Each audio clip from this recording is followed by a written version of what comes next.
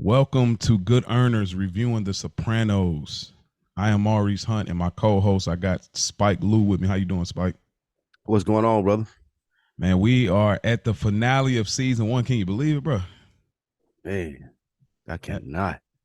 Dog, 13 strong episodes. Well, this will make 13 by the time y'all finish this one, but 13 strong episodes. For those, I hope this is not your first time you jump right to the finale of our podcast, but if you're new, welcome. For those who've been following us, welcome back. And here on Good Earners Reviewing The Sopranos, we like to talk about family, finessing, finances, and feelings in the world of Tony Soprano, bringing a new perspective, a fly perspective, and most importantly, a black perspective. This week, we're reviewing the finale of season 1, I Dream of Jeanie, Cusamano. Spike, can you give us a synopsis of this episode? Absolutely. Things come to a rearing end on this episode. As you mentioned, Mo, this is the finale. Tony finds out some things maybe he rather not had known, and it really affects his psyche. Also, we get to learn about Jimmy's fate and him being a rat. This was the final episode, and it left us with a Dr. Melfi. Tap into Good Earners, man, so we can get into it all. Yes, sir. All right. We ready to get this thing rolling, Mo? Man, let's do it, yo. All right, man. So we start out with the guys holding a sit down, the family per se. Mm-hmm. They're making plans for what they're going to do when the feds come.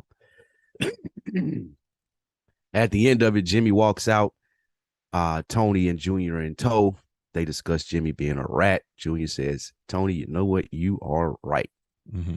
Mo, what about this scene, or what did it do for you? This scene, first I wanted to ask, is this a fake meeting? Because it once he's like, yeah, you're right, he is the rat. So because they even said, he said, Jimmy, you got everything you need? He's like, yep, that'll do for now. And so I'm like, is this a fake meeting just to, wean out the rat here? Or you think this was a legitimate? Oh, okay. Nah, this was fake. Yeah.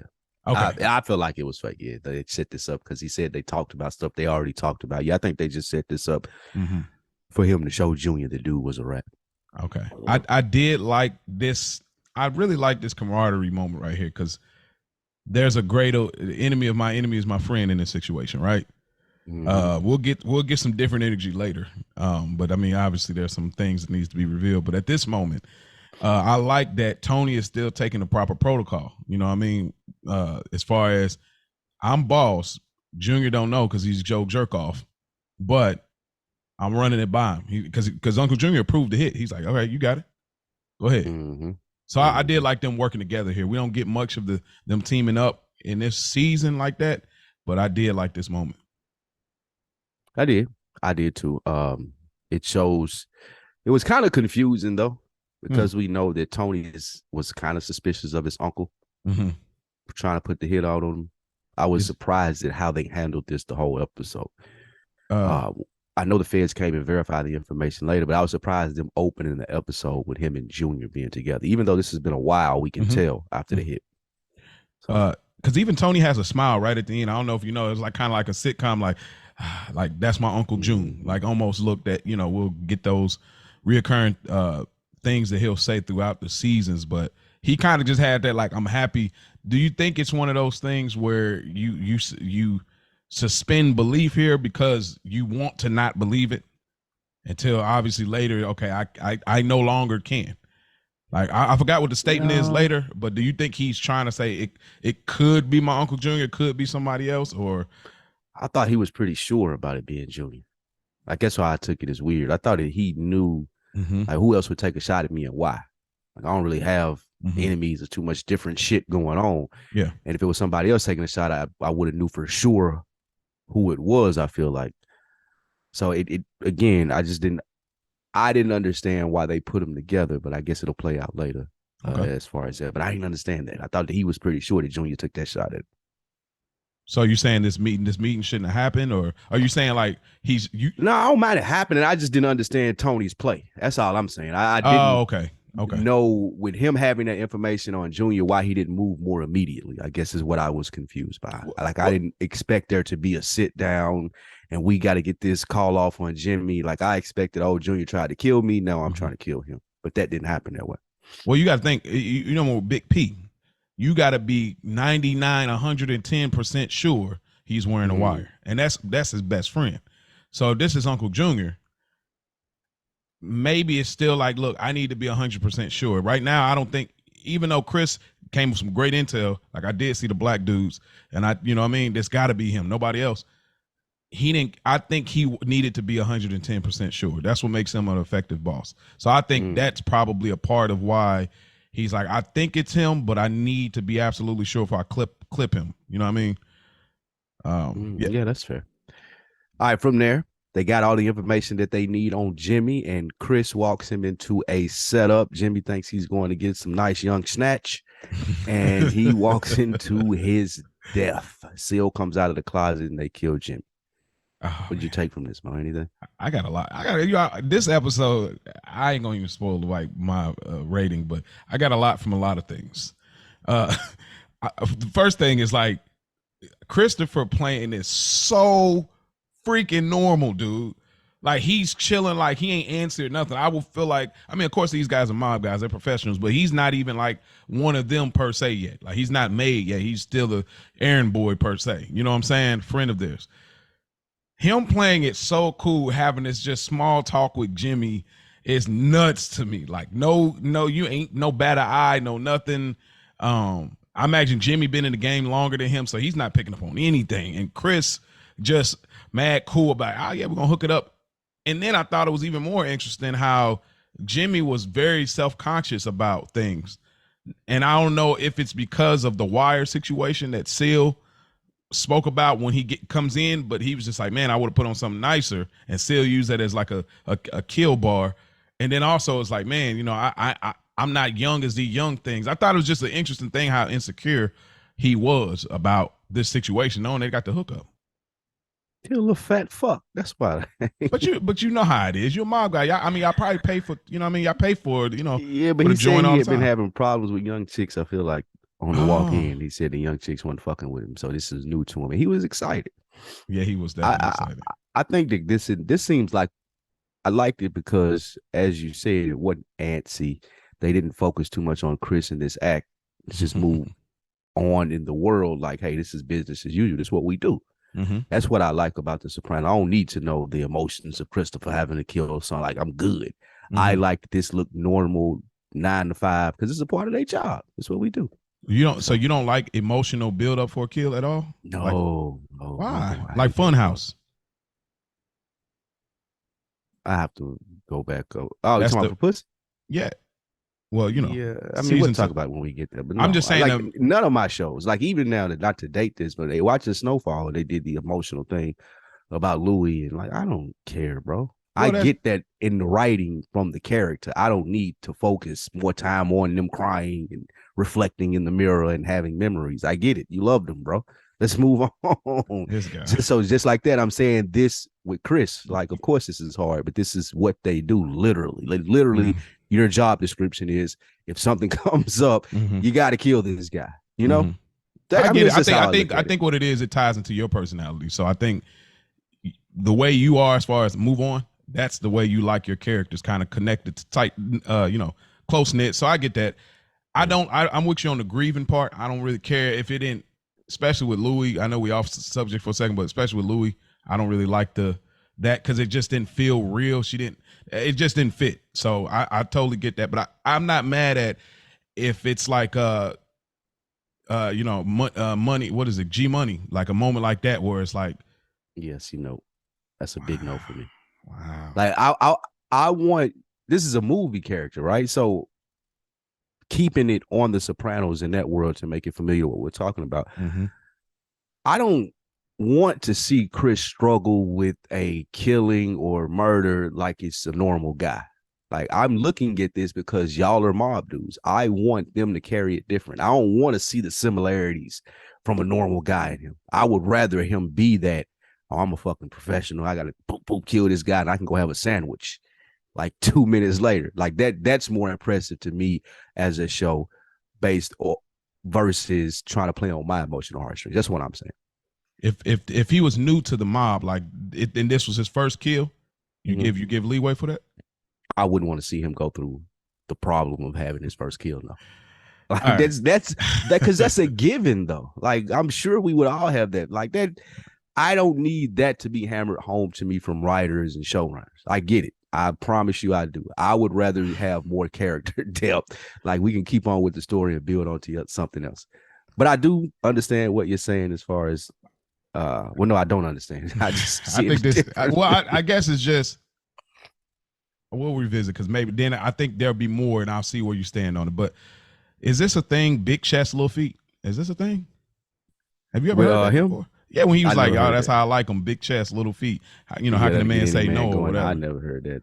I ain't never. As we move on, He looked like a sick motherfucker. he do got that kind Yeah, of like he looked you kind of nasty. do a Yeah, little too much, but yeah, she just let it slide nasty. because y'all already paid for it type. Mm-hmm. Um, and then it's just we talked about Cusamano talking about a beautiful hit. This was a beautiful hit to me. I thought it was a great because it was so vibey. The music was just going. I mean, they had the blood splatter, but it wasn't like when Chris did it at Saxry House, where where they was trying to make it all extra artsy. I like the splatter here with the vase and the music, and he was like, "Oh, you didn't have time to change, huh?" Bow, you know what I mean? And then they was like, "Go get the piano dolly," and we'll get the reveal of where they put the body at later, which speaks volumes to how they really felt about Yeah, Jimmy. yeah. So There was some weird slow motion moments in this episode. yeah, it Like when was. he went to go reach for his pistol and they slowed Yeah, him down. That was weird. That was weird. that There was was another one weird. later with Tony and Livia. Like, I'm like, why they slow that down? But yeah, it was And a I don't even. beautiful hit. And do you think he was pulling the gun out? I almost thought he was doing it to get comfortable for the chick. You think he was? Nah, he knew what was up because he said something about the wire. Chris said something about the wire, then he started reaching for his gun, and Seal Okay. came out and shot. Okay, I didn't catch that. Okay, the sequence. Yeah, I missed that. Gotcha. Mm-hmm. Good call. All right, from there, Meadow is on the couch pushing the limits. This is right before Black, Puerto Rican. So this is Black adjacent. No, he's Dominican. I think he said. Oh, Dominican. I thought he said he was Puerto Rican. Nah, yeah, I think he's Puerto. He said he's Puerto Rican. Hold on. Oh, he's Dominican. You're right. You're Dominican. Yeah, which is funny though. Is this is a super running theme for Meadow, but still a stretch, right? It's still a stretch for what Meadow, and she pushes the limit. She want to know that she can get a rise out of Tony by who she's dating. We see that play out. Yeah, and him and Meadow are on the couch making now. AJ upstairs jacking off, and Livia is outside. Mm-hmm. Mo. Yeah. As you saw this scene with Livia play out, were you thinking, "Oh, she's good. Oh, she is good," or were you thinking, "Oh, she crazy for real"? Oh, bro, gosh, it burns me up because I don't know, but I'm gonna try to use some things in here that I was trying to. I'm like, because I got us humans, we like to conclude. We like conclusions, wrapping things up. So I'm so bothered because I still wasn't sure, but that was the floating in and out of knowing information and not knowing information. I mean, Nancy Marchand, just rest in peace, just bodied this so much. I mean, before I get there, I wanted to speak this to Meadow before I talk about her, them searching and finding her outside. Meadow in the boyfriend thing, I think she is trying to get a rouse out of her dad, but I think that she has such a issue with her identity and who her father is and what that represents. And I think dating is direct access to being outside. I don't want to be a part of this. Now we know things will change later down the road, but I think that this is a direct portal. This is the immediate way I can separate myself from this family and this thing. So I think that we see Dominican guys, the first one outside of Italian, and then we'll continue to go on and we'll see other gentlemen that she'll date that that may not be inside of the the Italian race or whatnot. So I think that's interesting. You know what the thing about Meadow's dating life as we go further into the show is that she's trying to, like you said, avoid her father. Mm-hmm. She don't want a part of that lifestyle. And the one time that she did, you saw what happened. Mm-hmm. So That's an interesting perspective that you say that. Um, but so Livia's calling out sent to Mia, which I guess is her sister, and It's weird. Yeah. and then and then Meadow opens the door, and then she's coming in, and she's acting like she don't know, and the police come. But my question is, how did you get here? Yeah, that's what I was wondering. How did she That's get first. there? That's first cap for me. Cap number one. How'd you get here? How you? Because you have to know the address. How did she get there though? You got to know that you're not walking. That's first thing. This is not. So she didn't drive. You think she took a cab? Okay, that's even worse. You drove. So she had to pace it. Well, I know she didn't drive, right? She got the light. She already done ran over the woman. Have we seen that yet? Yeah, that was Yeah, that was the early second episode, I think. So we know she didn't drive. How the fuck did she get there? So this is what hurts her case too much. Now people could say, well, you could float in and out of information if you have a condition like whatever she has. Sure. But you have to say, I stay on 1111 17th Street Ave. That, you know what I mean? So at some point, if you're getting a ride, you have to give them that. Or if you're driving, you got to know by muscle memory how to get there from Green Grove. So that's cap number one for me. Like I was like, okay, how did you get here? And boy, cap number two for me, when the police came, and then how quickly she snapped back into who she was. I think Livia is so genius.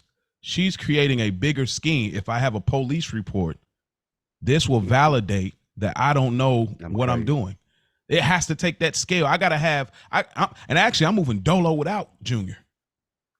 I'm on my own wave right now. Like, if I have Junior around to witness this all the time, I can't be attached to him. I'm making my own play right now. I think Livia is so smart that she's doing that. I do. What do you think? I still can't tell. I still can't. I can't be sure, but I'm just picking. Cannot be sure, but I think I don't know. I'm sort of with you in the sense of how did she get there? That's the biggest flaw in her case. Yeah. But with that being said, she does such a great job at this. It's like, I mean, is she? So I like how they played out that, and I think I do like how they left that in the air for us as the audience, never really diving into which one is. So that's your type of stuff right there. Facts. I like that. I like the mystery of that, leaving it like it is. Yeah. All right. Next, Tony goes to visit Melfi. She asks him about the carjacking, and they get into the possibility that Livia may be trying to kill him and has borderline personality disorder. Tony doesn't take it well. Did you think, since we were at the end of the season, that this was the end of the Dr. Melfi show? Oh, like she wouldn't return. This is it. Yes. Yeah. Yep. I did. I thought that this was one of those saving grace moments for Tony, where it's like he does a lot of bad things. This is him trying to be the good guy. I even thought she was gonna get away, or somebody was gonna get to her, and it had me very nervous. I was like, when I very, very first time around, like, oh man, please don't get Melfi. You know what I mean? She been tiptoeing. Her ex-husband been telling her how dangerous this man is. She had a family meet dinner, and they been like, hey, Cusamano on them, the patient with no neck. So all these things where it's like, oh man, they're building it up.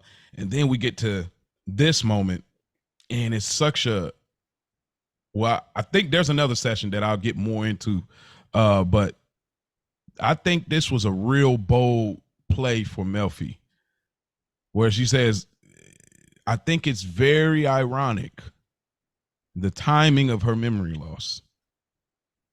It is ironic.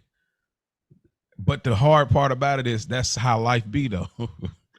So we still don't get resolution to figure out if Livia knows or don't know what she's doing, because that's how life works sometimes. Like, irony is a part of the journey. It's sometimes things line up that way and they have nothing to do with each other. True. That is true. Do you think Tony has this disorder? Borderline personality disorder? Yeah, I could see it actually running in their family. Janice probably got it. Yeah. Tony, yeah. His mom, yeah. But we didn't get to see enough of the other sisters, so it probably could be a family trait, actually. Okay, because I was thinking, I was like, maybe Tony has this. You know, once we meet more of his family, I could see it running in all of them. To be honest with you, I think from this, even though Dr. Melfi was a great character, and I thought about this as you were saying, yeah, you thought she wasn't gonna come.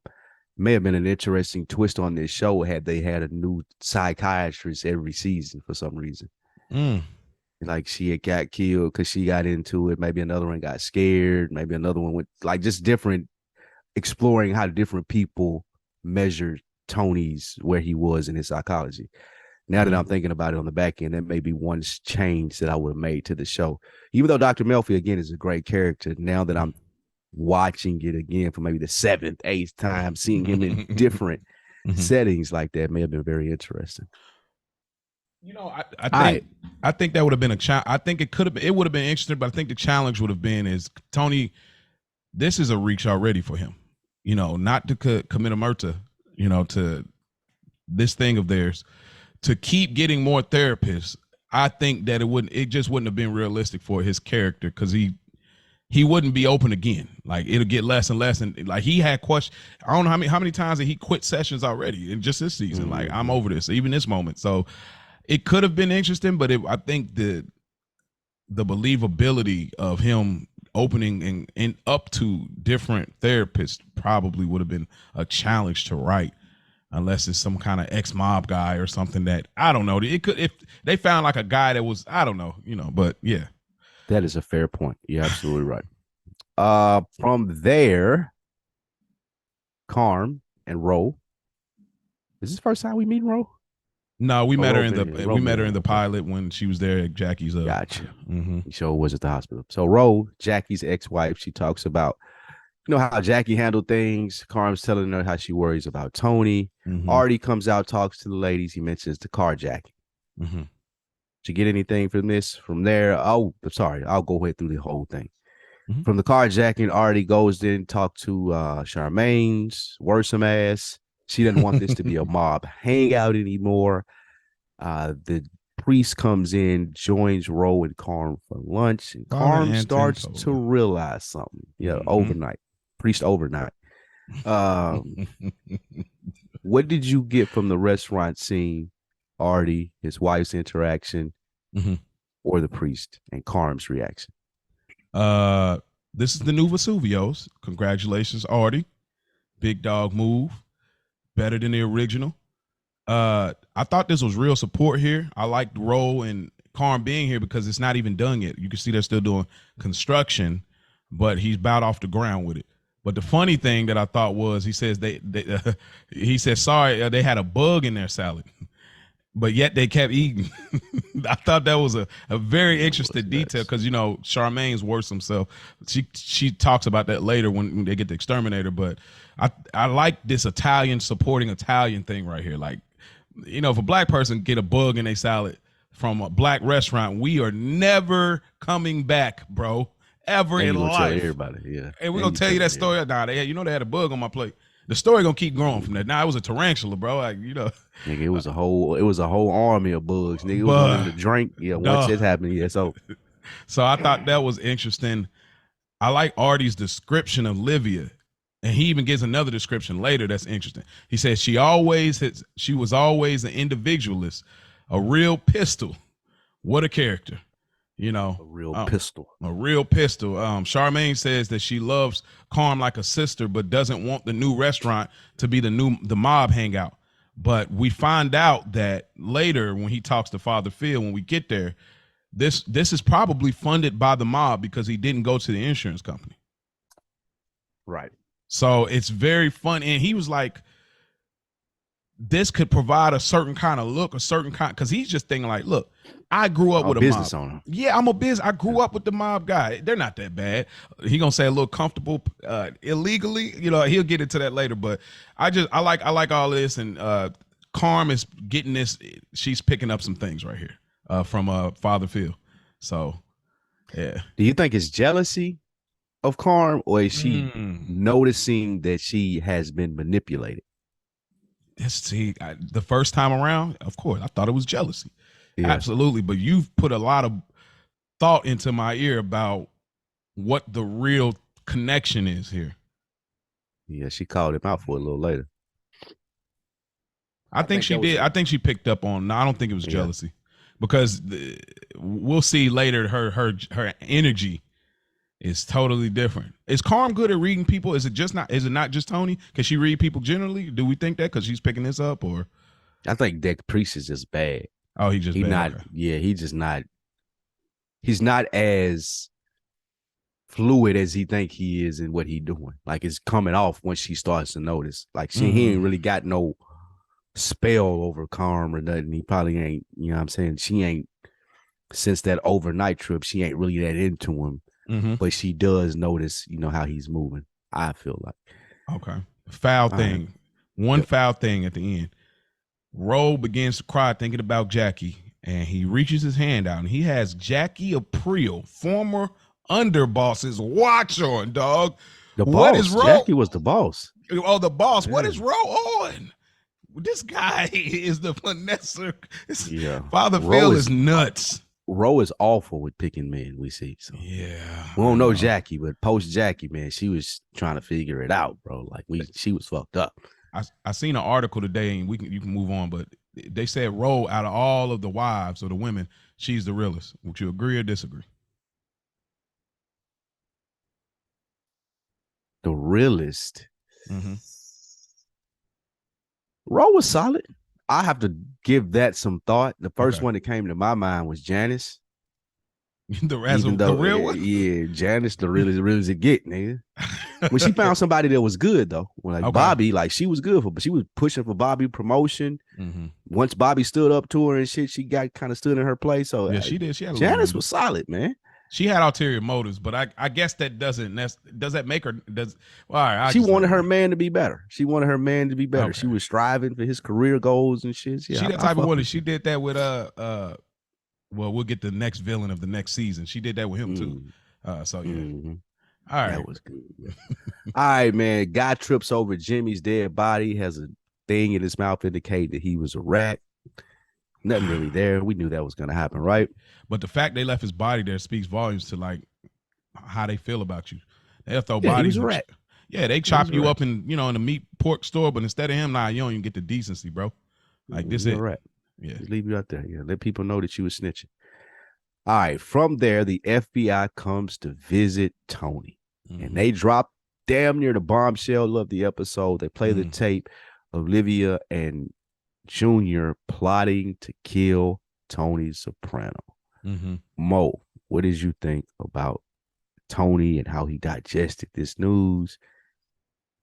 Yeah, it's real. It's real. Because you don't want to believe this, bro. It's like, I could believe my uncle. I had some idea. And even later, we're going to get the big reveal where he realizes, like, dang, I shouldn't even be clowning about him giving head. This wouldn't even start if I would have, but we'll get there. But then it's like his mom kind of co-signing it. It's like, wow. I mean, I can't imagine my mom trying to kill me. You got to really, how bad of a human being do you have to be, bro? We have like your mama don't want to kill actual you. Mothers, and it's like if they have a disorder, they got some kind of issue, and it's like things are always odd. But I tried my best, and you figure out that she really was trying to get you out. You would be out of it. This is where he could have been depressed, like he was a Big P. To be honest, yeah, like the last episode, Isabella. Yeah, this affected him when he was talking to Carmela. We saw that. Absolutely. So but he takes it. Well, you're right. We'll get there in effect, but he takes it and he uses this as more fuel than he did with Big P. But I like this. The lead FBI agent here, the one with the glasses, said that everybody said it was a waste of time. I really like him because he's like that, like Columbo character. Like he's aggressive, like the Italians on the bad side of the law. He's one of them type of dudes. Like on the good side of the law, it's like, oh yeah, I got your number. Yeah, I'm on you. I felt like that. I mean, we don't get a lot of them, but the moments we get with him, I really like how he was talking to Tony right here. Personally, I just thought that was cool. It makes a worthy opponent. But what was their objective here? Were they trying to put stuff in motion, get people killed? Because they want to arrest them, right? Well, they were trying to get Tony to snitch. Right. Oh, they want him to tell. What they did with yeah, they want you to tell. Now we got this information. Yeah, they thought he'd be emotional. and Yeah. hearing this and being like, fucking, I'm gonna tell on everybody, or tell on Junior at Right. least. Right. And that way, if they tell on Junior, that connects them to New York and all of those things, or whatever they were saying. Oh, because Essentially the same thing they told Junior when they asked him to snitch up. okay. Okay. Just like because they literally tried already on the night side with Agent Harris last episode when he was in the hospital with Carm. It's like, hey, look, you can get this deal. So now they come back and they go to him. He's like, everybody thought it was cap that I was doing this, but now I got this. Now, how about now? You know what I mean? So you're right. Yeah, that makes a lot of sense. I didn't like, of course, you know, my authority problem. I hated the FBI guy. Like, I don't like when police take it personal. I don't like those characters. I don't like McNulty from The Wire. I ain't like Hank from Breaking Bad. Like, I don't like the police to like. It's that over patriotic. Like that's the thing. The over patriotic. You wanna press my button as a character. That's it. That guy. Like McNulty is probably my least favorite TV character of all time. Yeah. Well, we know Thrones. We can't. Nobody tops him. He need to be the trophy. The son off of Thrones. Oh, Joffrey. Oh, yeah. Joffrey is the Joffrey trophy. Like the Vince Lombardi is the Joffrey trophy for real. Joffrey but this dude didn't feel like that. I know what you're saying. Like it's that overly. I got to make it my duty. Like even Snowfall, the little Asian I took chick. It personal, nigga. Fuck you. Well, you're killing people and getting away with it. And I know you're doing it. You in the FBI, you doing the same thing, nigga. You just got on a different side of the law. Don't be that jaded black person. I just was talking to my wife about this, but I got you. I get what you're saying, bro. All right. From there, we go to obviously Tony is impacted by the tape, but we get another major scene where something comes out. Artie goes to talk to Livia. They go back and forth. She's still playing the role until she lets Artie know that Tony set his restaurant on fire. Previously, he thought it was an electrical malfunction or something of that nature. But he finds this out. What did you think about now? We had the information earlier. We weren't sure at the house, but now it's like she just letting it all out, hoping Tony has as many enemies as possible. This is genius. This is she's really shooting from half court. I still want to get my son out of here. So if she does, now I'm gonna teeter on the other side of her actually having a condition. So if she does have a condition, right? It comes through here. And it's like, okay, if you got borderline personality disorder, right here, it comes off like you only remember bad things. That's what I'm thinking. Because she was reading, if you look at the newspaper, it said obituaries. So she old people do that though. Old people read obituaries. And that's a part of it. That's a part of it too. But I think she always has a thing about remembering negative things. So it's like positive, like he already says like, yeah, my mother passed away 6 months ago, which is a super big reveal. Like, no wonder he's full of anger and rage. You know what I mean? But and she was like, oh, is she still on that crazy diet? Like immediately. Like he just told like, dude, my mom is dead. Like, so that makes it almost really believable that she doesn't know. But however, she still, ironically enough, can remember that Tony was behind that. And boy, this is a slick play. Because she's doing this all from the hospital. She's killing two birds with one stone. I'm still acting crazy. She's playing chess right now, bro. Yeah. She just stopped moving. She stopped moving. But she's using a pawn. I'm not sure, though, because what can he do? Right? Other than maybe go to the police. Unless she concerned on getting him locked up. Maybe she think Artie goes to the police. She know he ain't going to kill him, though. She know Artie ain't that crazy to think that Artie would try something with Tony. Yeah. But it is, like you said, interesting the game that she's playing. And him already being that pissed about it, obviously. Yeah, because he could put him out of commission somehow. Like, that's what I'm thinking. Like, I don't know how mad he can get, but I know that's another enemy, and I know he could do something that can alter, something about Tony. I mean, he is a chef, like he jokes about later, Yeah. All right, so Tony walks in the Bing. He lets the crew know the rundown. Junior was behind it. Let's start making the arrangements to get him up out of here. So they start setting up the plans. Everybody's, ready. Chris, I told you so, basically. What did you think about Tony putting the action together to start getting Junior out of here? Did you think this was going to happen? Oh, I definitely did. Yeah, he here for it. But I thought funny line is now they go from Livia looking at newspaper to Paulie looking at newspaper. Paulie looks and said Jimmy's, his services today, and Chris is so petty. He called it a bomb threat. So nobody even got to, because you're not going to reschedule a funeral, bro. How petty is that, dog? Funny, I thought that was, I've never caught that before. Like I was like that. I didn't catch it till you just said that. Dog, he said I called it, but never really processed it. That's bro. Like call it in a bomb threat on somebody's funeral is crazy. Yeah, that's nuts. And then Seal was like, "See, now that's over the top," which is funny because Seal later has that classic statement. I don't know if we need to be that overstated. You know what I mean? So I thought that's a consistent line. But I definitely when Tony got in there, he was immediately like, "Let's get down to business." I'm absolutely sure it's on. Like that, he was behind it. And he ain't give him like, hey, yo, the feds gave me the info, but which is crazy because the feds, y'all, this is backfiring terribly. Like, if he not gonna snitch, you just open a can of worms. That's crazy. But they don't care if they die. Yeah, but you know, like them patriotic police officers be like, man, forget him dying. I want the stripes of locking you up. Yeah, you know how they be. Freaking McNulty's. They probably thought this was enough information. Oh yeah, your mom trying to kill you. They probably thought this was enough. So yeah, I don't even know if he revealed that his mom was here. I think he just revealed Junior. I'm not talking about Tony. I'm talking about the feds and their focus. Oh, like they probably thought that was going to be enough for him to turn right. Like your mom and your uncle. They probably thought, yeah. Okay. All right. From there, Tony talks to Carm about how he's feeling about this. He's really down. Says he feels humiliated, but he's determined to get some satisfaction. As they set this up, did you see Tony getting any satisfaction from this? Yeah, I mean, I was all the way here. Once the plan came into motion, I already thought that they got Jimmy out of here and everything was cool. But once they gave him the tape and kind of seeing his reaction, almost getting slightly teary-eyed, but pulling it back in and kind of playing it off real cool. The best way a mob guy could be when he know his feelings is hurt, just being a person.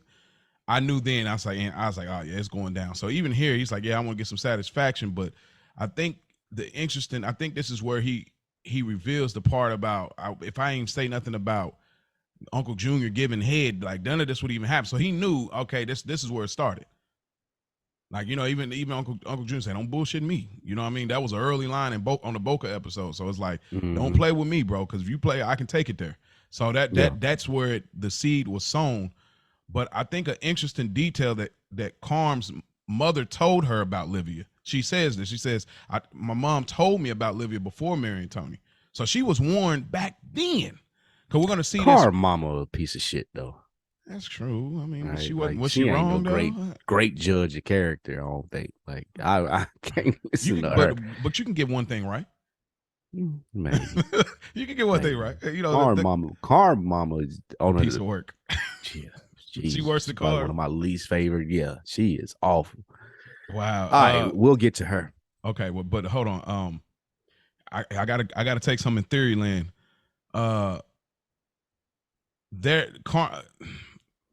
You'll see later on, no spoiler alert here, but you know, Tony's mother, she's not going to live through the whole series. That's the cleanest way I can put it.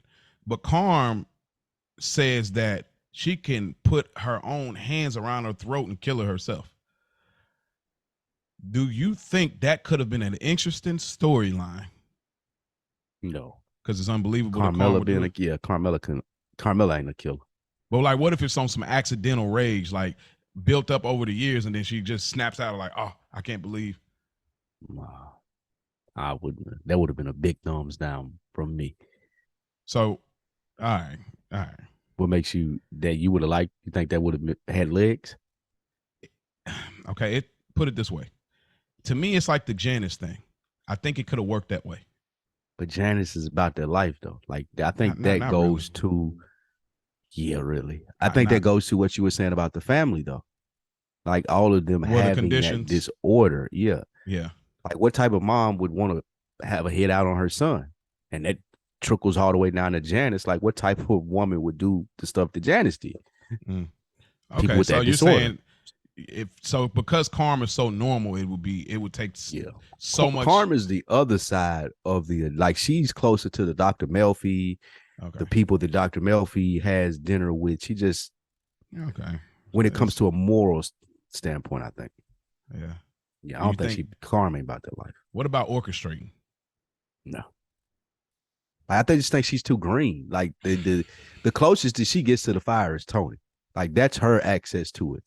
It ain't no like she was so, this is too far ahead, but like she was so taken aback when talking about the attorneys, Big Pussy wife started Angie. Doing her thing. She started doing her thing, and like Karn was like, what? Whoa.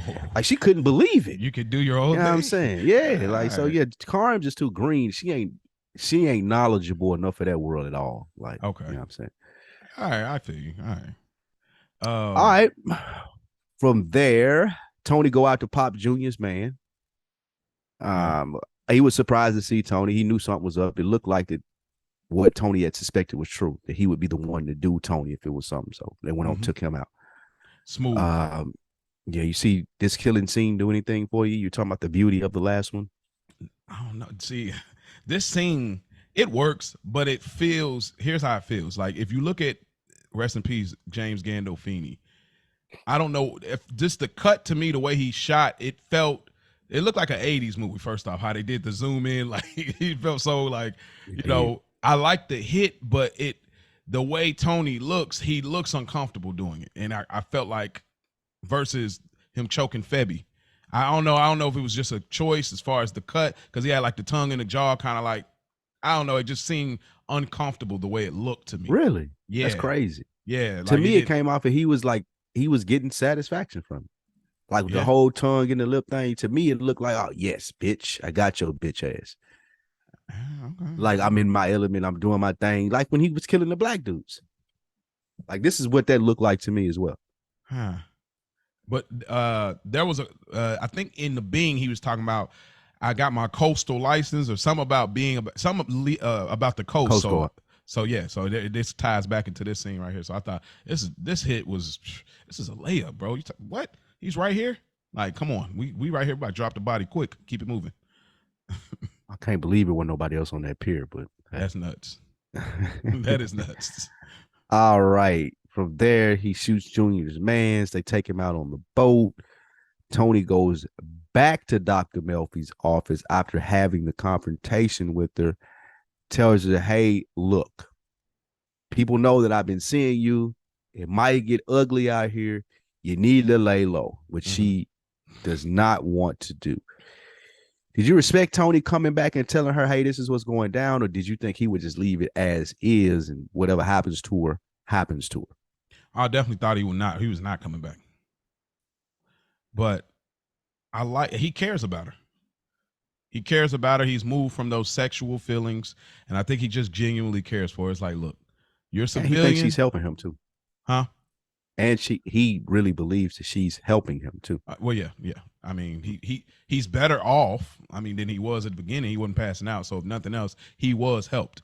But I did respect this. I think, she had every right to be scared, because it's like, this man then got in your face a few times, and he's so sporadic. Like even when he kissed her, it's like, whoa, like, bro, you know what I mean? Or when he throwing money at her, like, all right, here you go. Like you don't know what this patient's gonna do. And she even said a line, every time we talk about your friends, you get really angry. You know what I mean? And then of course we talked about his mother, is even more angry. So I respected him coming back, and this might be the best scene of the Melfi Tony scenes in this season. I don't know. What do you think? Why about you say this? That? Because this is the most transparent. She said, okay, let's lay all the cards on the table. He get right to it. He even say, hey, shut the f up. Like they're not talking like patient and client. And that's why I love this so much. Like he's giving it up real. He's like, man, I had a dream of Jeanie Cusamano and her ass. And she was like, that's funny because it's not really that big. And he's like, I'm doing her dog. He's going into it straight up. And she's just like, Cool, her, Cool's his wife, trying to give her this fake visual of him doing it. But she's I'm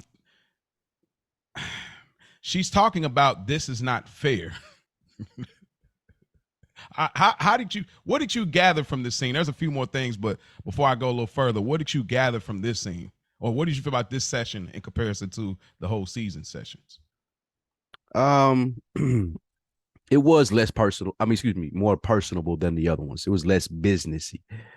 I do like the fact that he was trying to protect her. He feels like now Dr. Melfi's an asset to me, and I want to make sure that she's safe and she's okay. Mm-hmm. And I also like the fact that you got to see her out of her cell, yelling, "God damn it," and just frustrated with the whole process of dealing with this man, and probably thinking that her co-workers and husband and ex-husband dating whoever she was seeing was telling her, "Hey, this is maybe a mistake." Now she's finally getting to see that full circle, like, oh, maybe this was a mistake treating him. Boy. So, and like, I'm a normal person. I thought I was, at least, Yeah, and it's funny because he's talking about the position with with Jeanie, but Melfi's position has changed. She's behind the desk. So I think that's just some little technical stuff. I'm not the guy that picks that stuff up, but I thought in the moment of him telling her about the doggy thing, her positioning is different. She's behind her desk now versus, but yeah, I just like the transparency of her drop because they were getting real personal. He's like, all right, hold on now. We ain't, we're not making a cowboy movie here. But he talking about getting clipped and for seeing a shrink. And he tell her like, look, you got to get out of Dodge. Like, seriously, you got to go. And I'm glad she wasn't one of them ignorant on TV where they be like, I'm staying here. I'm not, they're going to have to run me off and this and that. I'm glad that she didn't do that because I hate when people get so, yeah. Booty, I like pussy. Yeah, booty, pussy, what is it? I like I definitely like that. Yeah. All right. Now, from there, Tony goes to Satrial's. Artie is there with the shotgun in the parking lot. He's crying. Tony is trying to assess the situation. Like, okay, what's going on here? For a minute there, Tony even thinks that Artie took money to perform a hit on him. And Tony quickly works through that idea, which is outrageous to me. What did you think when you seen Tony finally come to the conclusion of what was going on there? This is really good because it's building up. And I don't think Tony's wrong for thinking that Artie's taking money. If my mother ain't no killer though. Yeah, but he ain't thinking his mother's a killer. Man, ain't nobody gonna pay Artie to kill Tony. I mean, I wouldn't feel safe with my money if I had to pay Artie to kill him. But think about it. He just had two random black dudes. You have never seen these guys' faces in your life came at you and tried to kill you, and you just buying orange juice at the newspaper. You have no idea what, you know what I mean? So it's like, hold on. We are in war right now. I don't know who's against me. Like, it's smart for him to be like, oh, wait a minute. Hold on, wait a minute. You know what I mean? But I'm glad they didn't go with, but I did when I very first time watching, I thought that Artie was going to do something. I didn't think he was going to kill him or nothing, but I definitely thought he was going to hit him or come on, like just take it there. But interesting thing that the old Vesuvios had 3 generations of Bucos, which is like, it made me feel even more bad for them. Cause it's like, bro, it ain't just like a restaurant to me. It's like history. It's an heirloom to our family. You know what I mean? You kind of destroyed that for y'all little, y'all mafia thing that has nothing to do with me as a civilian. So, but Tony's telling half truths. I promise I didn't touch your, restaurant. So like he didn't actually touch it, but yeah, Artie was messed up right here, man. Yeah, Artie was out there. But Tony knew he was smarter than Artie. He never really felt a threat once he got to talking to him. He knew that he would be able to talk him down. That's his friend. One of his oldest friends, I think. So I like how Tony was able to use his situation and talk him down. Artie was just wild because Artie is like this throughout the series. Oh yeah, he has his temperament. So he plays out well. We're gonna see. I think that the scene with him and Father Phil will enlighten that a little bit more. Do you think that because before this we hear Tony, he gets to hear Uncle June and Livia, plotting a hit. But he only talks about Uncle June at the Bing. At here, he gets the idea that his mom told Artie that you burned the place down. Do you think he started plotting on, I'm going to do something to my mother at this point or back at the Bing? Back when he was talking to Carmela on the bed when he said he wanted some satisfaction. I think that he then had decided like, oh, something going to happen to her. I don't know what yet, but yeah. Then this made it even more so. prevalent. Okay. So yeah, absolutely. Oh man. All righty. From there, the Sopranos have Sunday dinner at the house, still playing everything as usual. Tony is till he figured out his move. Mom is there. He asked mom about Artie. Junior is there, kind of in the background. What did you take from this scene? Were you surprised by it? This is the best. This is the best family dinner scene to me in this season. The tension, bro, I felt so much anxiety, just the tension, because it's so much fakeness here. It's so layered. Like Uncle Junior was behind a hit on Tony, missed and failed. Livia was with it. Livia may know what's going on, may not know what's going on. Carm it's disgusted with Livia. You know what I'm saying? AJ, he kind of knows, something about this mob life. Meadow feels whatever she feels about her father. So it's so many layers here. The Carm, she says, hey mom, the family got, because Tony told Carm, play it cool, chill out, because it's funny because women, they get passionate about their man. Now ain't no, but she playing it cool. The tension, she says, they got family visitation. That's cool. You have to admit that. And she's like, I don't have to admit anything. I was like, I was like, See that again? It brought me back to, you do know what's going on. Mm-hmm. Yeah, maybe that's natural for her. She's just natural ass. So that's don't admit anything to snap anything. back. Yeah. Well, no, just that snarky ass, smart ass comeback. Not to cut you off, but this always make me want pasta. Watching The Sopranos always increases in my pasta intake. I always want like some spaghetti or some baked ziti or some shit. Yeah, so I make pasta all the time too. I definitely was gonna go make some spaghetti after this. Like, okay. What's your favorite pasta noodle? Just a sidebar warrior. Ziti. Ziti? No, penne. Excuse me. I like penne. Yeah, I like penne the best. And then if it's a stringy one, the linguine, because it's a little bit thicker than spaghetti. Okay. Yeah, I like the flavor. Like you can flavor sticks to that more, I think, than a spaghetti noodle. Okay. In my opinion. I'm an angel hair guy. I love the thing. I feel like the sauce gets in between all of that, and I love angel hair. Like that's all. But I can get with the penne, but I like the I just had like the manicotti or whatever ones, but I ain't really like those, like the thick noodle with the kind of feta stuffed in there. But I like bow tie as well. I like bow tie. I ain't a big bow tie guy. It's just I don't know. They all probably get you to the same place, but I don't know. It all hits I like noodles that hold flavor. Like, that's probably my thing. But this, I mean, I can't say, because Uncle Junior, he keeping his head down. They're playing this cat and mouse game. So crazy. I think Uncle Junior already thinks that, I don't even know if Uncle Junior's picking up that Tony has a hit planned on him. Because he's still rolling with, okay, because he's still rolling with Livia's plan. Play it off cool. So Uncle Junior ain't saying, I don't know. It's so much there, man. But this to me was the best scene, because Carmela's face looking at Livia is such disgust, and then Livia talking about just negative again. But anyway, we can move on, man. Just so much there. It was a good scene. It definitely was. Mm-hmm. All right. From there, Artie goes to talk to the priest. He hates life. He's depressed. He's going through all of this shit. And this snake ass priest tries to get him to go to the police on Tony. What do you think his play is here?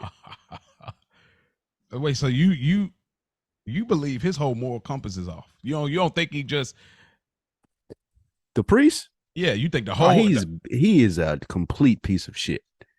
Like I don't Carmelo was 100% right about him. But he is a complete piece of shit, and he uses that position to manipulate people. Well, what I'm saying is Carmelo was absolutely right when we get there. I'm not saying that's his flaw. Like that's a huge flaw of his, like most of these characters and their flaws, with Artie and his anger, Charmaine and her jealousy and her, pettiness or whatever, like the things you'll do. So that is his. He's definitely a user. Like that's his thing. But I don't think that, I mean, I don't know. I guess I never thought about him trying to set up. I don't give him that type of intelligence, honestly, bro. I wouldn't give him the levels. Like if I get Tony locked up, I can still watch TV on his entertainment system. Yeah, now I got free reign over here, nigga. I can come eat up food and shit all the time, have my feet up on the couch while listening to his surround system. Go to the police. Tell on that man. Tell Charmaine. I know she gonna make you tell. Yeah. I think that's his moral compass, bro. I really do. I don't think full of shit. I don't think so. I think he's a finesser, full but I think of shit. That's part of the finesse. So he know he playing 2-3 moves ahead. If I can get Tony up out of here, bro. You give him too much credit, bro. That's how I took it. Your bias coming out right here because I think he's bad too, but I don't think that every character has good and bad. You know what I mean? I don't put them all in just the bad category. Even Ralph, you know what I'm saying? This nigga provide no good. Even his counsel is biased right here. Like the kind of already coming to you. This man coming to you hat in hand, man. I'm fucked up. My mama just died. My restaurant burnt down. Okay, I think my friend did it. Mm-hmm. And your advice to me is, hey man, go tell on that nigga. What? A mafia? Like what the fuck are you talking about? Well, but I'm talking about. But like okay, but you don't want to be like, what is that? A conspirator or what is that? When you're involved in it and you knew about it, but you let it ride. Artie, and talk about the case. Artie, because the mob money. That's what we'll find out later. But like. You know this is illegal. What happened? You need to clear your name and get in front of it. Don't nobody know but the priest, though. Well, here's my thing. The priest in another episode was talking to Carmela previously, and he was saying like, "Hey, you gotta take credit for the part you play too, though." You know what I'm saying? So it's like, how is he so against? You taking a liking to this guy because y'all in the same profession? No, not at all. Not at all. I still think he's trash. I just think that. Everything is not just you're this or you're that. I think that all these characters have both sides. It just shows in different moments. I think that helps the show the complexity of when you're dealing with these things. You're like Tony with civilians and kids. He's good with them, but then when he's dealing with other areas with women, you know what I'm saying? So Uncle Junior, it's so many different things. So I just think it's more layered than just like you all together. You know, but to each his own. Y'all hit us up, man. Good on the pod _ Sopranos IG.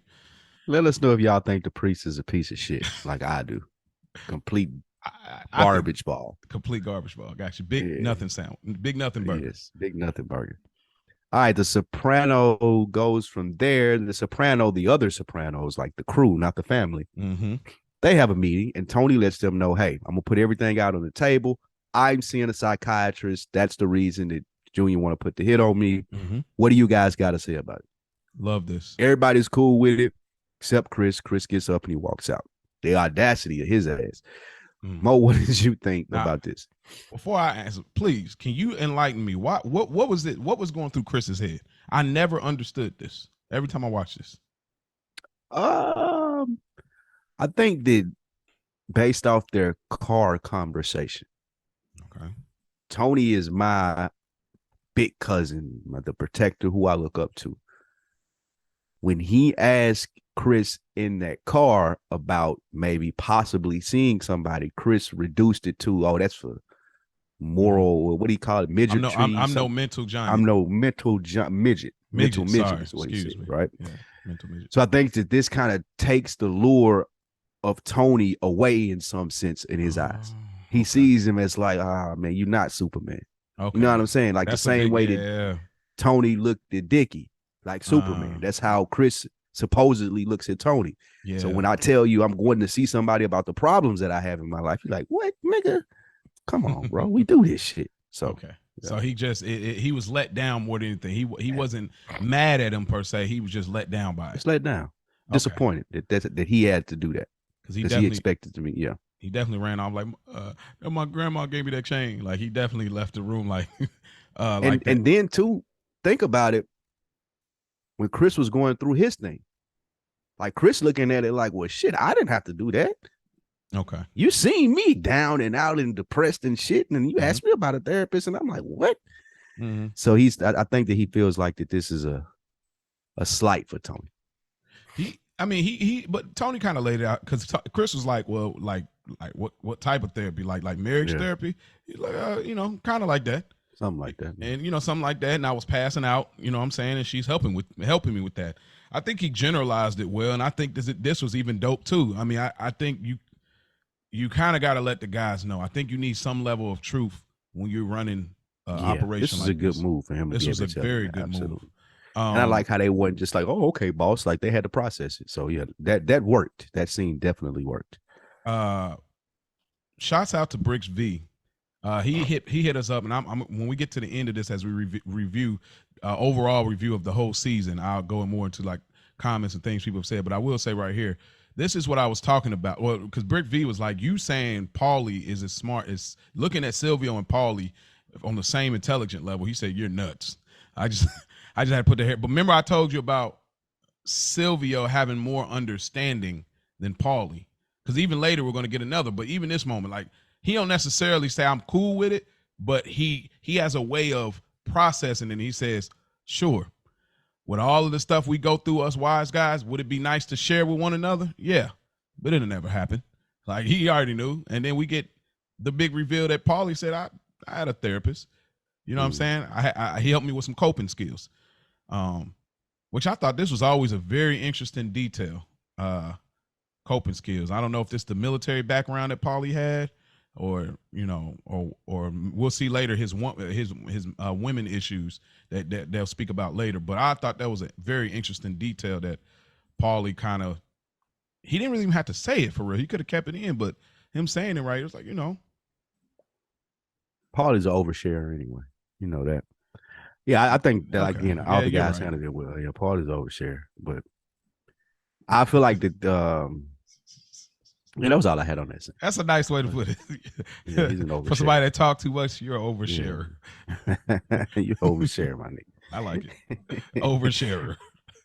All right. From there, Carmela mm-hmm. goes to the church with big plate of ziti she done baked up for the priest, and she sees him and Rowan there making lovey faces and talking and giggling and sniggling and shit, and she did not like it. Carmela.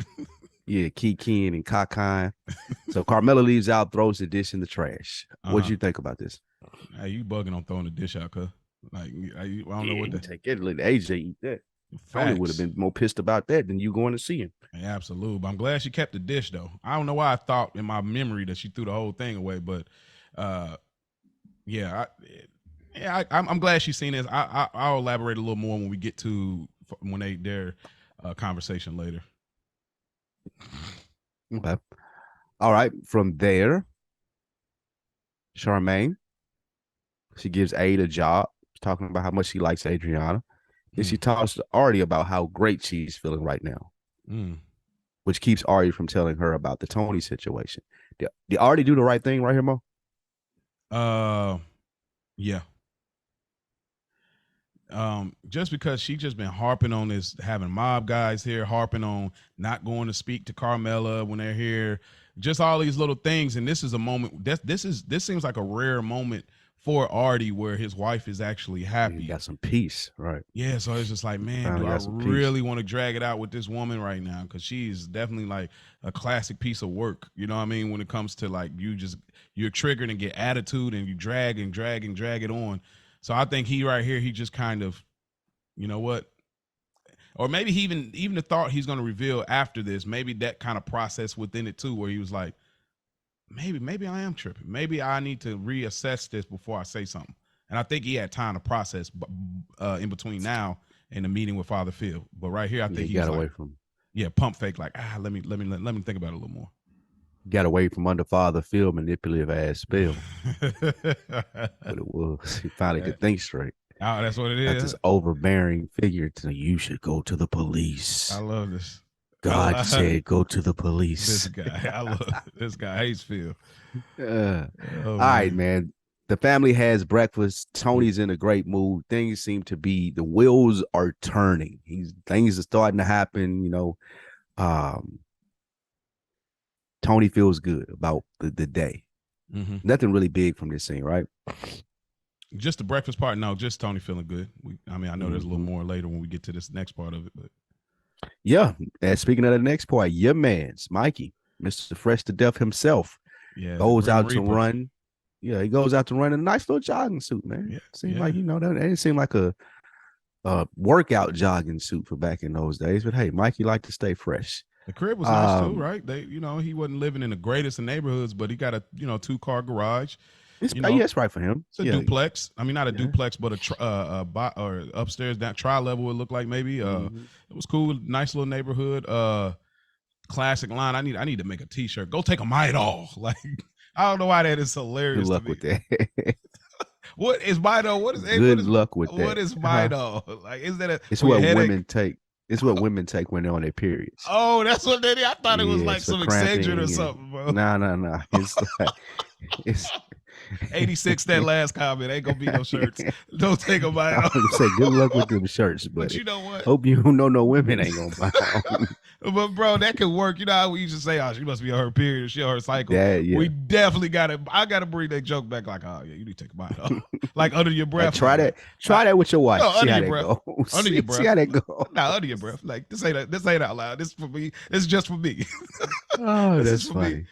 Go take a Midol, bro. Thank you for that info. Yes, because you don't want to say that to the wrong person. You telling them to go take a aspirin. That's what I'm thinking. That's funny. Why was he so mad?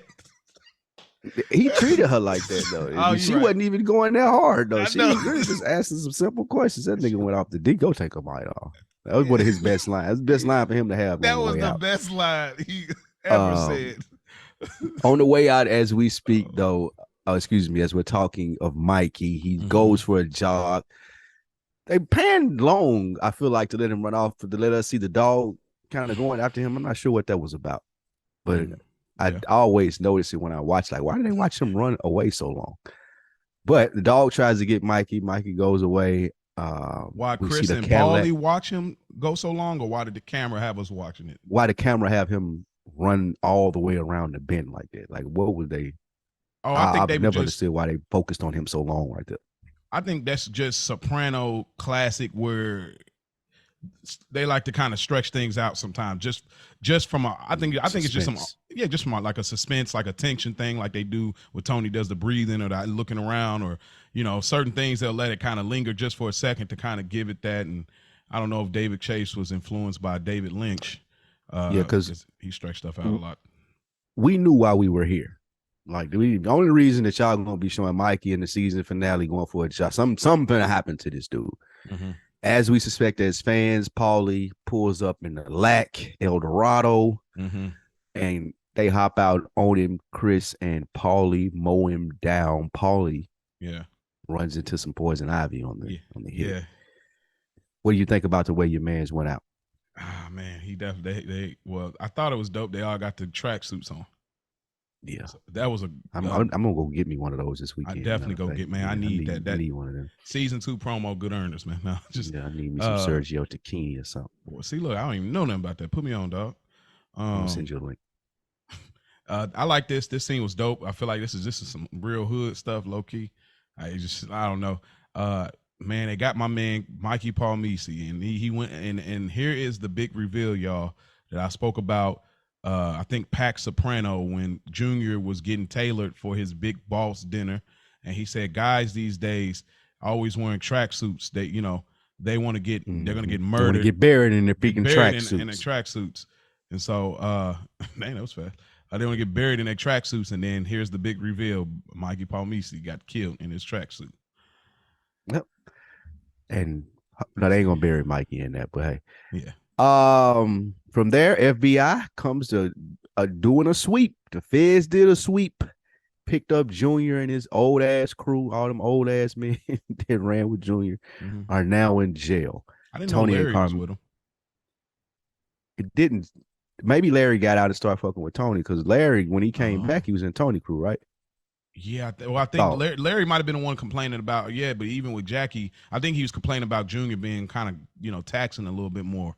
But he probably always was with Junior, but he rocked more. He know what the deal with the Tony shit. Yeah. Gotcha. Okay. Yeah. All right. Tony and Carmela see this play out on the news. What'd you take from how the family digested the information? This is like, to me, it's like the season 2 Janice moment. No spoiler here, but it's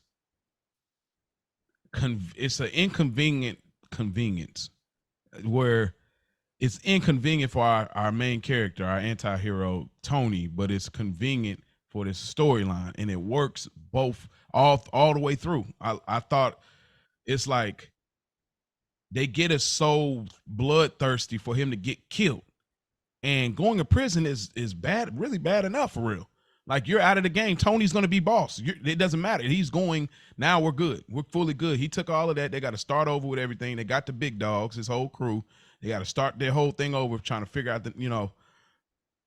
I thought, but it was this was just dope to me. Like, he just got saved by getting pulled by the police, bro. Yeah, to think we wouldn't have a Junior Soprano if he didn't get locked up. Junior was too pivotal to this show to have be gone in season 1. I think they started to realize that, especially as much as the character starts to develop out throughout the series. But yeah, it would have been too soon. And it was a great, I agree with you, plot twist to have him go to jail versus Tony killing him in the last episode. Yeah, man, because it could have worked. They could have left him, but man, we would have lost. You're right. We would have lost. Y'all see, for those that are new listeners of and watchers of Sopranos, y'all gonna see there is gonna be some moments. We thought Past the Red Peppers was a moment, bro. There's gonna be a lot of those joints with Uncle Junior, bro. Sheesh. Uncle Junior is definitely one of the best characters on this show. Yeah. Oh man. Yeah. But Tony's still trying to. Funny thing. Meadow walks in.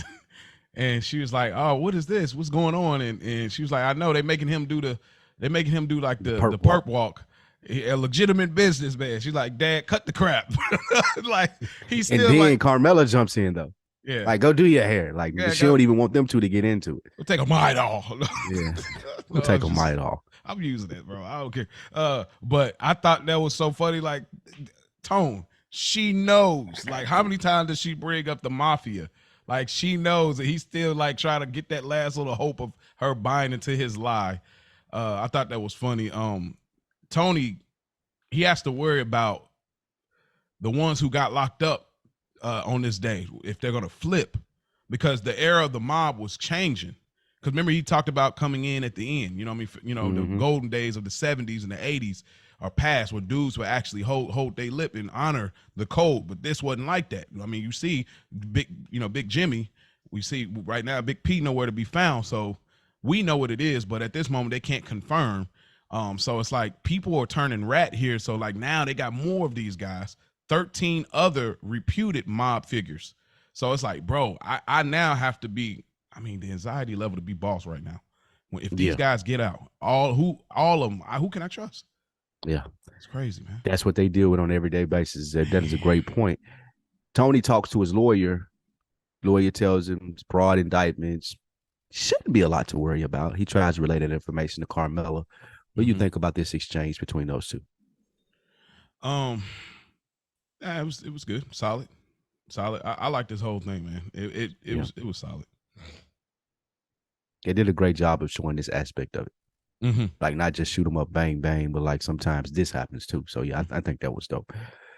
Yeah. All right. Next, we got Priest Cheapskate using a gift certificate in a high class restaurant. Highly frowned upon. No tact at all. This guy's a fucking loser, man. He is definitely a loser. He is a loser. But Artie tells him, "Hey man, I'm not going to be telling the police," and he seems disappointed. To me, you may think otherwise. What say you? I didn't even catch the coupon thing. Good pull, because it's funny because that's some foreshadowing for that's foreshadowing for Artie, the twofers. Yeah, I remember. So, but I thought this whole thing, like, because even then, like, I thought, the Artie, you full of it, bro. Like, I get you trying to rationalize it because you had to feed yourself this lie, but it was so good though how he did it. He was just like, some people, you have a choice. You got positive ions and you got negative ions. A positive person, Artie just full of shit, full of it, bro. And then he's just like, that's why Charmaine treats him like this, because you full of shit all the time. I got to be fucking direct and mean for you to do shit. That's a good point you brought out, because I didn't even really notice that in this conversation. The Yeah, priest because deserved it, but that's why Charmaine treats him like that. I see that now. yeah, because I think Artie, we don't get all of that, but I think Artie is he's like a romantic dude. I think we don't get that, but that's the vibe that I pick up him being a chef, kind of being it, like just I feel like food is one of those languages of love. I always felt like we didn't get that, but I always felt like Artie was like a lover type of dude, which is why I think we talk about his scrapping skills and some of the other things.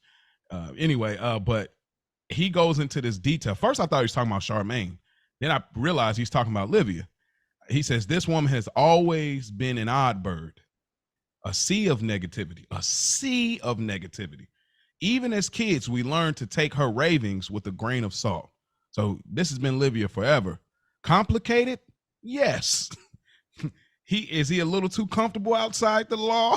Yes, he is.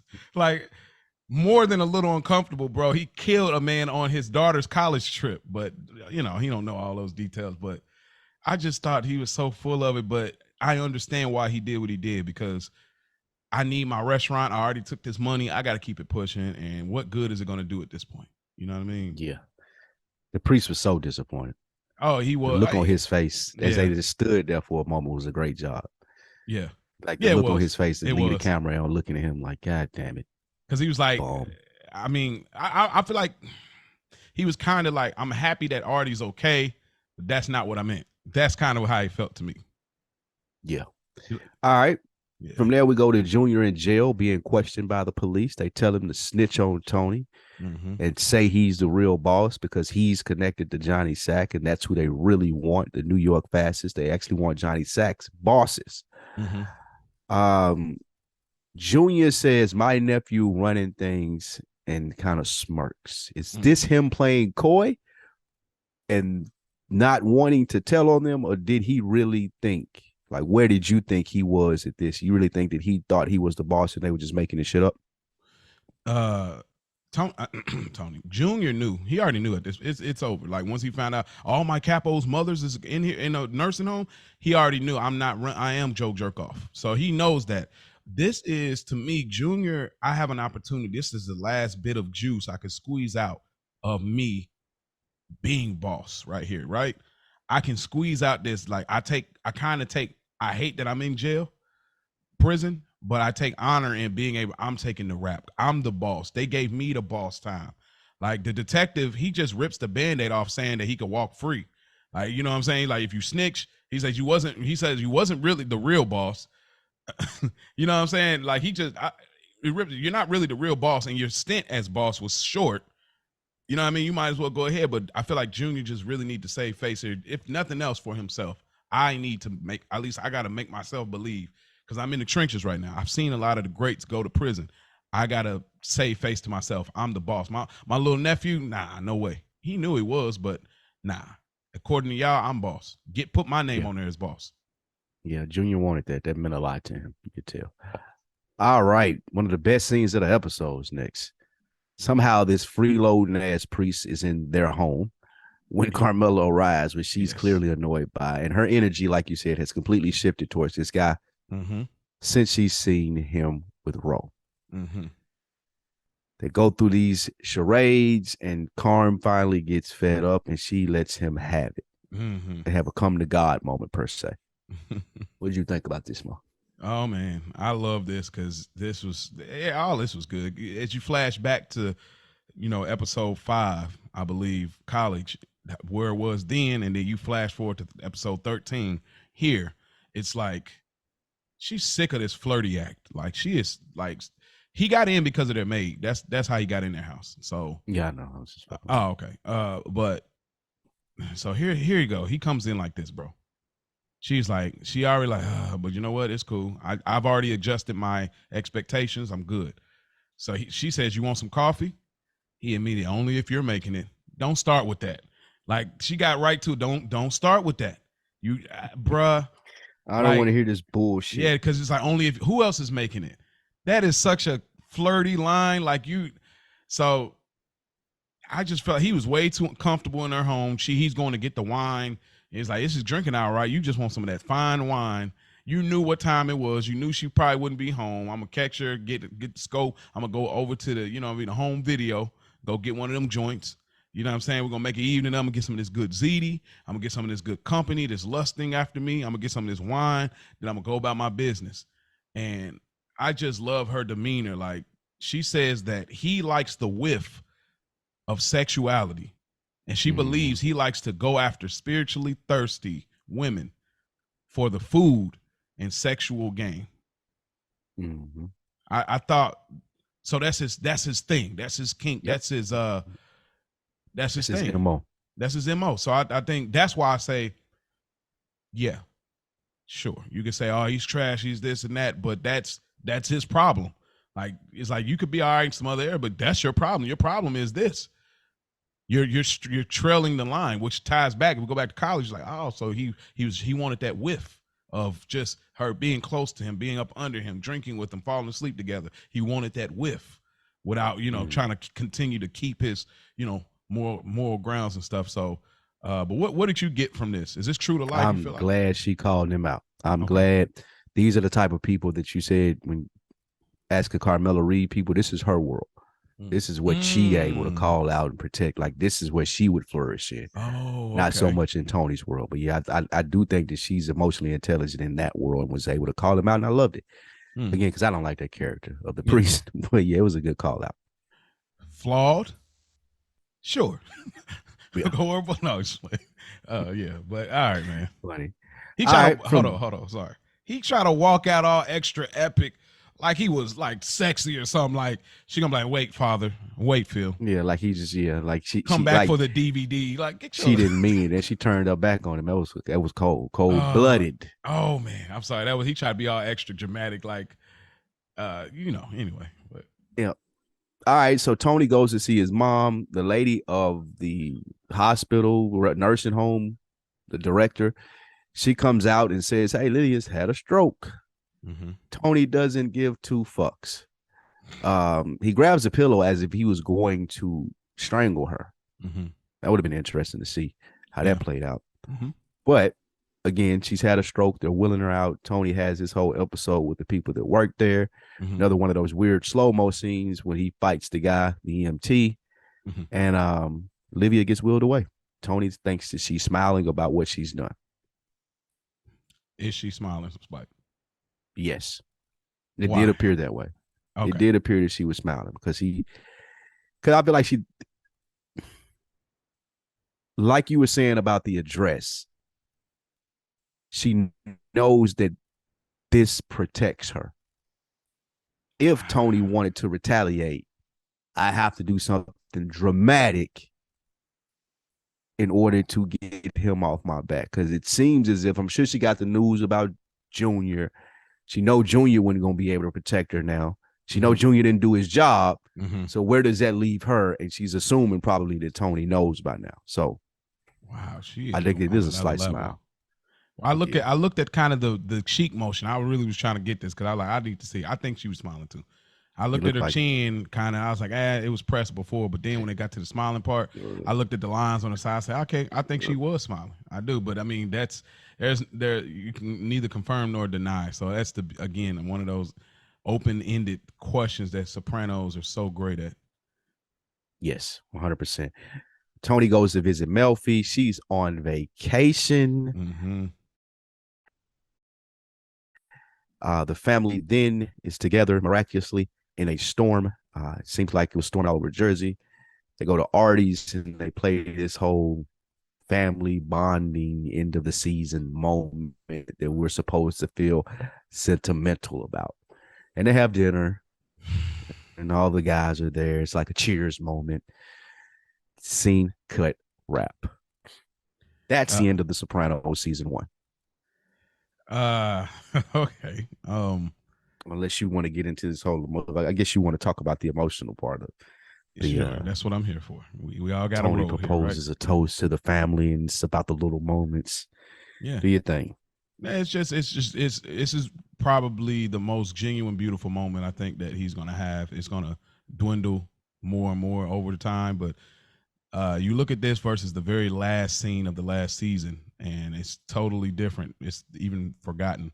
So I think that it's good to note this. It's good to note, ironically enough, Seal, Paulie, Chris, Aid is there. How does that sit with your ass? I usually do sit with my ass. You know, and he's just like, bro, what's your problem? Like you went to therapy, but he's like, he's with a woman. I can't compute that. And he was like, well, you know, you got woman issues. He's like, yeah, I know. Let's not go there. So I'm very curious about the woman issue thing, and I'm gonna keep an eye on it about Paulie, because I thought that was interesting. But yeah, just this beautiful moment that they're having. I know that Charmaine wasn't feeling it, but shouts out to Artie, man. So yeah, that is season 1 of The Sopranos. Spike, we do a ranking system. The first thing we want to do is rank the episode. Is it made? Is it a good earner, or is it just another envelope? This is a good earner. Okay. It's a good earner for me. Really solid episode. Most of my made episodes come later in season 2 and 3, but this is a solid good earner episode. Puts a nice cap on the season. They wrapped up the storylines, left me anxious to see, okay, what's next? Where do we get to explore in this world? Great first season. Okay. This is a made episode to me. This episode, I didn't remember it being this good. It was really good. It was so many moments here. But yeah, this is a made episode to me. Who is the MVP? Who gets the good earner award of this episode? I gotta go with Artie. Artie went on an emotional roller coaster. In the end, made the decision that I feel like was best, not going to the cops or telling, and opened the doors to the people at the end. You know, provided that nice warm moment that you're talking about. So I think Artie had a strong episode. It sets us up to want to see more from him in the upcoming season as a fan, from my perspective. I guess I'll go with Artie too, man. I think that this is the second time that we both have Artie as the winner or the good earner. Broken balls. Who took the biggest L? Dr. Melfi. Dr. Melfi realized that she may be a little bit too close to the fire. And like she said, I'm a reputable business person. I can't just pick up and leave. Yeah. But she had to just pick up and leave. Dang, so that's a great call. Yeah. I gotta say Mikey Palmisi, man. He was on his way, dude. That's your man's, yeah, that's my man's. He was on his way, and he goes out for a run, and and then that's it. That's the last thing, bro. I kind of was happy he got killed this way because the way they did that drug dealer when they threw him over the bridge, I was just like, dang, that was rough how they did him. Even though he gave the designer drug, but still. Yeah. And lastly, what is your favorite moment from this episode? When Carm told off the priest. That was my favorite moment when Carm told off the priest. I love that. Very fulfilling. Okay. What about you? I really like that moment too. I think Artie, when Artie was talking to the priest, Father Phil, I don't know why. It's just him rationalizing and putting it together, and he just figured out what he wanted to do from there. Nah, you know what? Nah, it's hard. It's between that and when he revealed to the guys that he had therapy. But we'll just go with the Artie situation. All right, y'all. So a little differently, just for a little second here, I want to go through some things as we wrap for this season. First and foremost, after this, we're going to take a small hiatus. We're not going to be gone long. Y'all don't have to worry about this being one of those podcasts that don't finish the series, don't finish the show, because I've seen plenty of those. So we'll be back. Don't worry. I promise you, I see it all the time. So don't worry. We'll be back. It ain't going to be like, oh, next year we're coming back. Don't worry about it. We're going to take a few weeks and we'll be back for season 2. And we'll probably have some special guests for y'all as well. Some other things that I want to go through here. These are the made episodes that me and Spike have agreed on. And then from that point, Spike, we have to pick the best episode of the whole season. Me and you said the pilot. I'm only going with the ones we both agreed on, so to make it narrow it down. So we both said the pilot. We both said college. We both said Pac Soprano when Uncle Junior became Big Boss dinner. We both said the Legend of Tennessee Montesanti, the Where's My Ark? And that's it. So I think that's 5 episodes. So the Out of pilot, 13. huh? That ain't bad. 5 I out of mean, 13. 5 out of 13, yeah, that are made. And for a first season, yeah, that's pretty cool. Now not to mention like we got differences or whatever, because most of them still got a few just another envelopes and a few good earners too. But out of those, what do you think is the best? Pilot, College, Pac Soprano, Legend of Tennessee Montesanti. Pac Soprano, I would think. What would you Mm. say? Uh, Pac Soprano was good too. Legend of Tennessee Montesanti. I really like Chris in that one. You know what? I'm gonna go. I gotta go college. It's cliche, but I gotta go college. I mean, it still holds the same weight. I still was just as entertained as I always am, and yeah, I'll go with that. Here are some of our MVPs throughout the season of season one. We had Artie. Well, let me see. So we had Artie, Junior, Tony, Father. I'm looking at the wrong one. These are the L's. We had Tony, Junior, Meadow, Melfi, Mr. Miller, Christopher, Artie, Paulie, Big P. Right. And then, of course, that what we just said about this episode. Some of the broken balls, the biggest L's that we had was Artie. Well, I get the point. Artie, Livia Jr., Father Phil, Carmela, Melfi. Some of those that have been MVPs have also got broken balls. Now here, Spike, I want you to tell me your favorite moment of the whole season that is the best moment to you. Here's the list that you have. Gary Cooper from the first episode, the strong silent type. Second episode, Chris, why be a gangster? Third episode, the food fight between Artie and Tony. The fourth episode, Chris and Aid fussing at the hospital. Get the car. Would you get the car? The college, Carmela checks Tony at the very end of the episode. Junior's big boss dinner. Chris's I take a licking and keep sticking. Where's my arc? Carmela jokes about Uncle Junior giving head.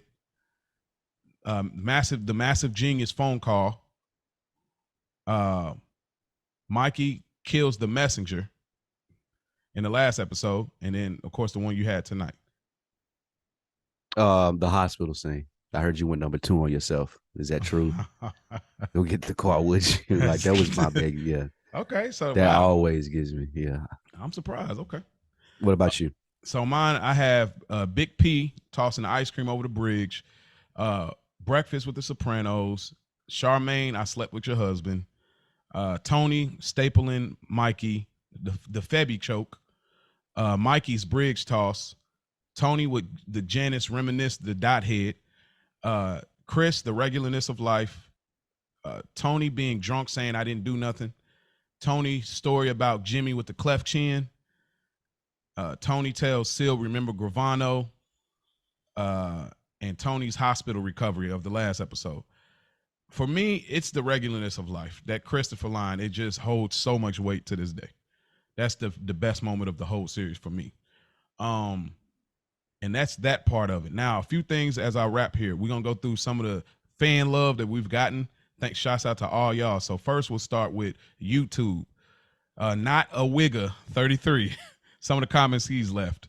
Y'all are right. This is original black dudes around my generation critiquing and analyzing the Italian mafia from the perspective. You deserve more views. I think it can pop. He also said in another one, excellent job, gentlemen. You all are talented and have great chemistry while having different perspective. Hope you do every episode. You deserve way more views and they will come. Anthony Lamon 9330, he says, in case you're wondering, Down Neck is the name of a section in Newark. And he says Paulie Tony Sirico was actually in the mob.